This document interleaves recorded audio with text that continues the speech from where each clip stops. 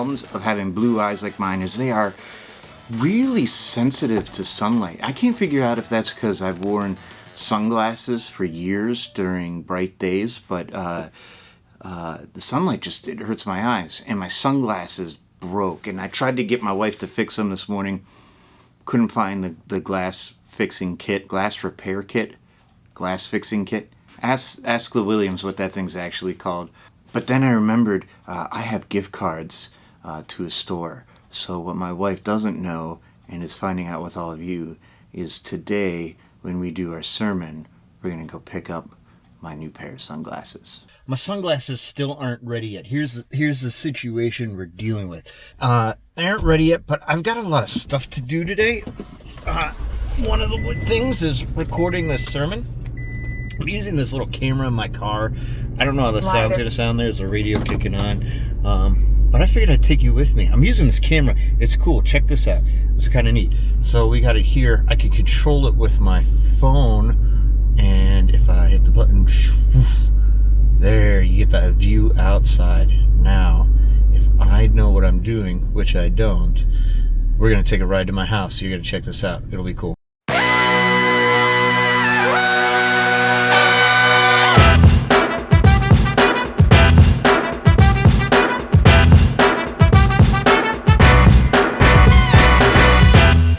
So here's the thing. We got to go get a prescription from the doctor. I had a teleconference with them to stay out of the doctor's office, but they need me to go to the office to pick up the prescription. So that's kind of weird, kind of self-defeating. Then we've got to go to Michael's to get a tie-dye set for Olivia, so she has something to do. That's hopefully going to be a curbside pickup. We've got to drop off a package at the UPS store to be sent back to Amazon for some things that Drew ordered that were wrong, and then hopefully by then the sunglasses will be done, ready to be curbside picked up. But we can't do any of that without a mask in this brave new world, and I forgot my mask at home, so this is where we've stopped. I'll be back in a little bit, and we will get back on the road. All right. So now we're off to the doctor's office.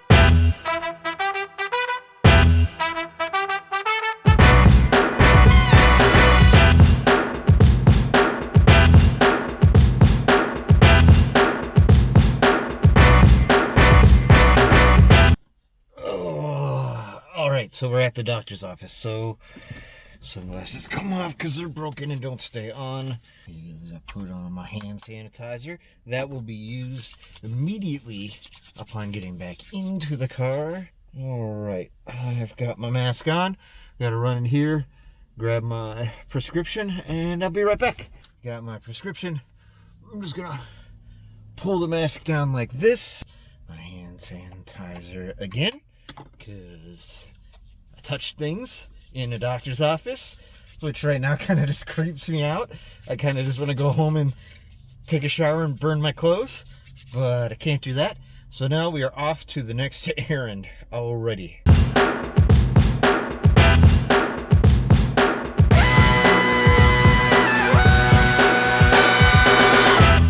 All right, package returned to Amazon.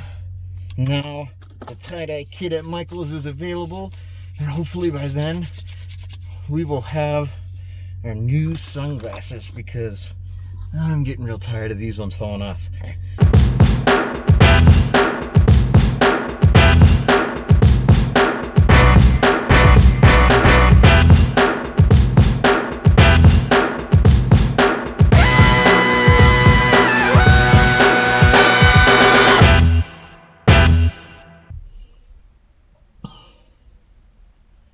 Well, it's now 10 o'clock at night. Still no sunglasses. Only errand we didn't get done. But it's okay, because right now I don't need them anyways. I guess their definition of same-day pickup and mine are a little bit different. We'll try again tomorrow. Part of the reason I wanted sunglasses is I've been waiting for a nice day to shoot the sermon outside. But it's Saturday morning, and it's raining. So we are not doing the sermon outside today.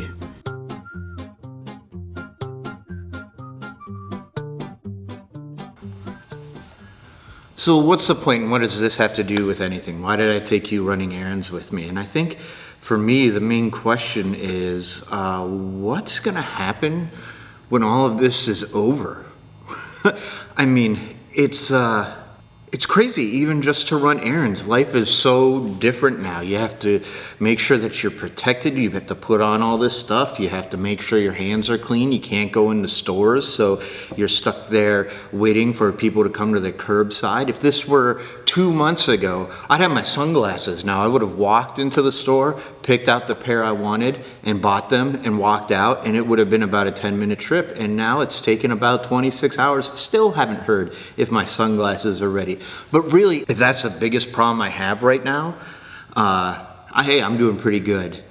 But the question is, what is going to happen when all of this is over? What does it mean for us to go back to normal now? Like, will we still have to wear masks to go to the store or make sure that our hands are sanitized? Are we going to be able to hug people? What does life look like when this is over? What happens next? Do you ever get afraid like I do that things are just never going to be normal and they're never going to go back to the way they once were again? And that's the interesting thing, right? Like the story in the gospel that we're reading, it takes place after Easter. So the disciples, they've seen Jesus. They know he's resurrected. He's shown up at their apartment, and it was completely, walked in, and they saw who he was. And it doesn't tell us how long after that, after Easter Sunday, when they see the resurrected Jesus, that this story takes place. It just says later.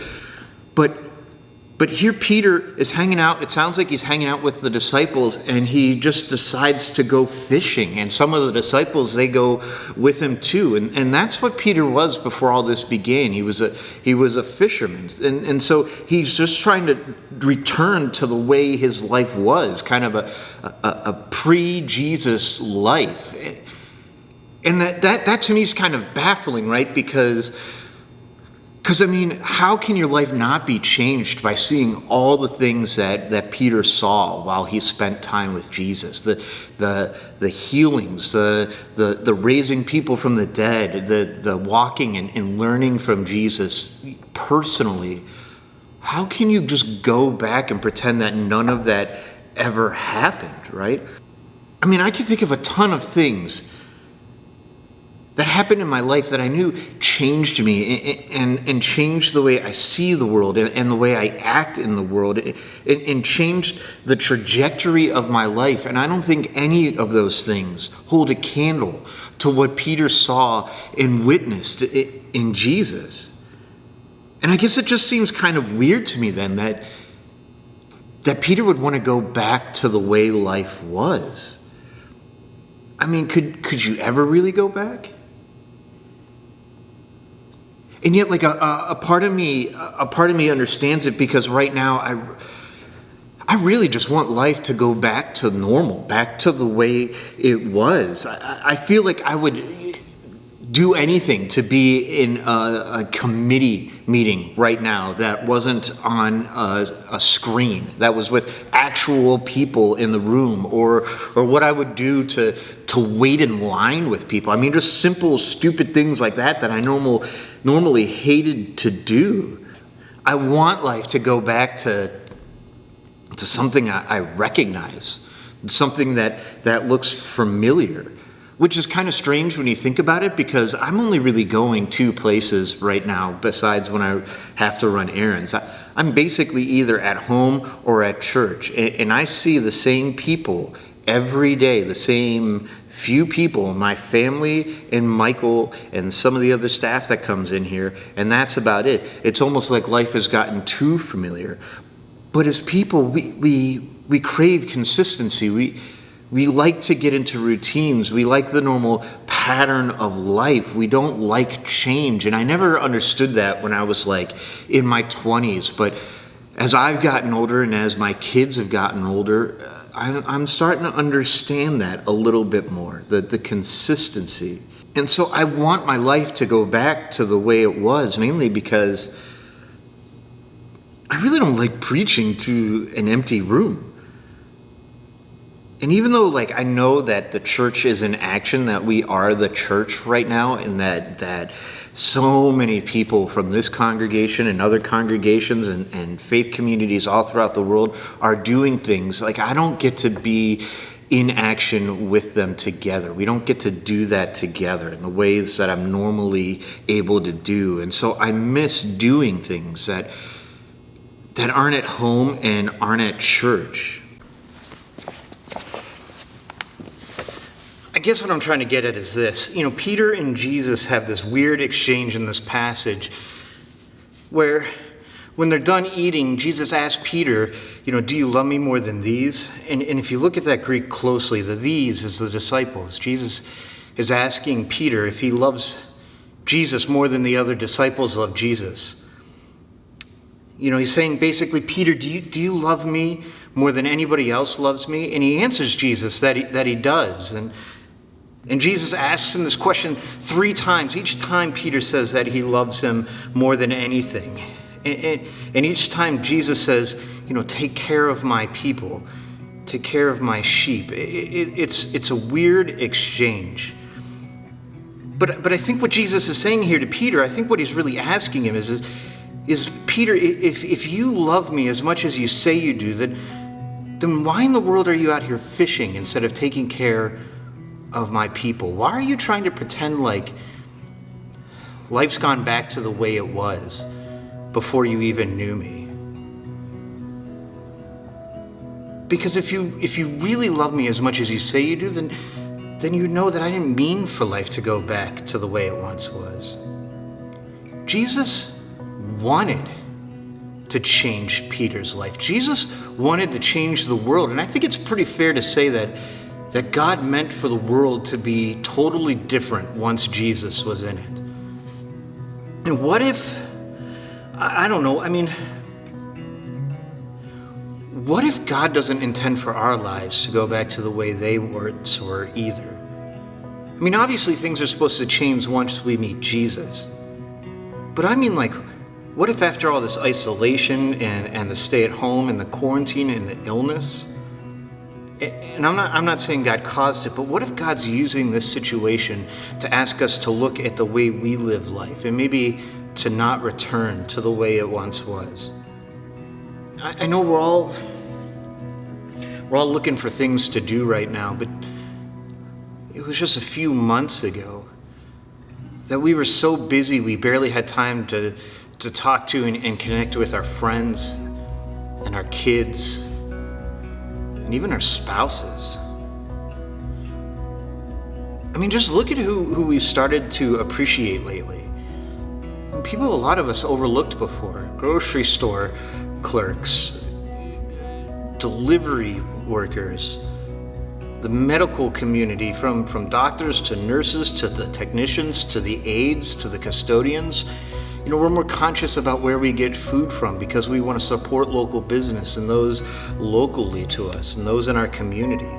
We're making sacrifices to take care of people that we don't even know. This is a massive case study in putting the needs of others over our own wants. What better example of the kingdom that Christ talked about can we possibly find?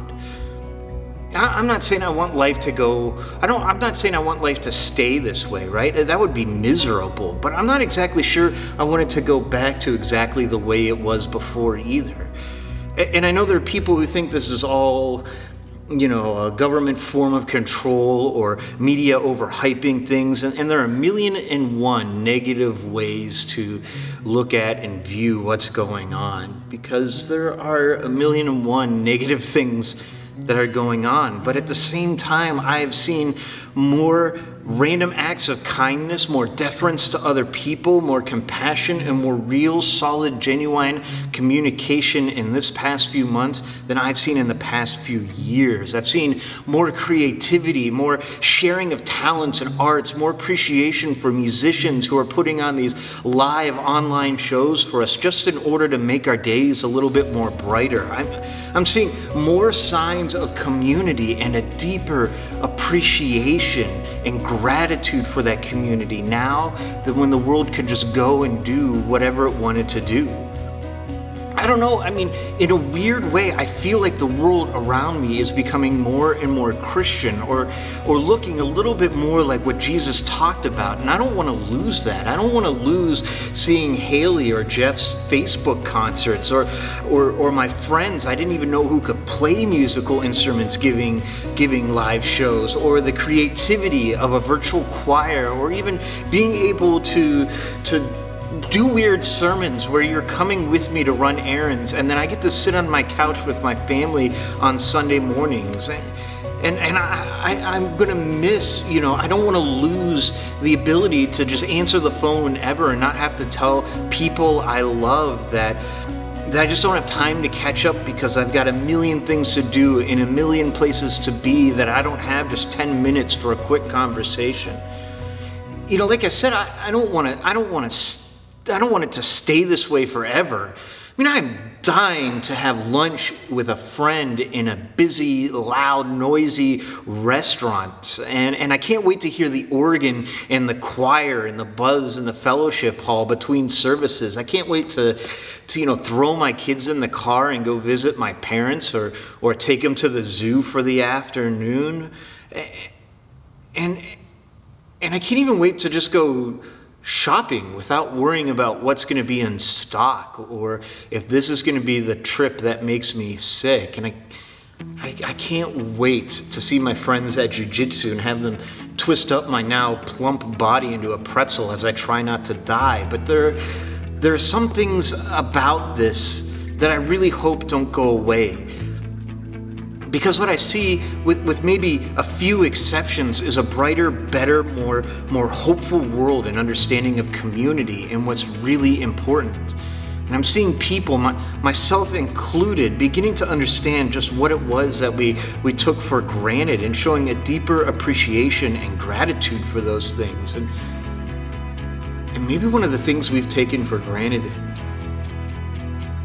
is each other. I don't know what a new normal is going to look like, and I'm pretty sure it's not going to look like the old normal. But I'm also starting to think that it's not meant to look like the old normal. I think it could be better. I think it could be more caring and more compassionate and more local and community oriented. I think it could be more artsy and musical and kind, but I'm also worried that it could become more paranoid and suspicious and anxious and cold and oversaturated in schedule, and oversaturated with the ideas that, we can just buy things in order to make ourselves feel better and happy again. So I don't know what a new normal is going to be, but what I do know is that God has given us the ability to choose what that new normal will look like. And God gave us an example of what He wants that new normal to look like in Jesus. And when this is done and over, and when we can go wherever we like, we can decide to just go back to fishing and pretend like life hasn't changed. We can really love Jesus and take care of His sheep. Oh, and my sunglasses finally came, so I feel like I look cool now.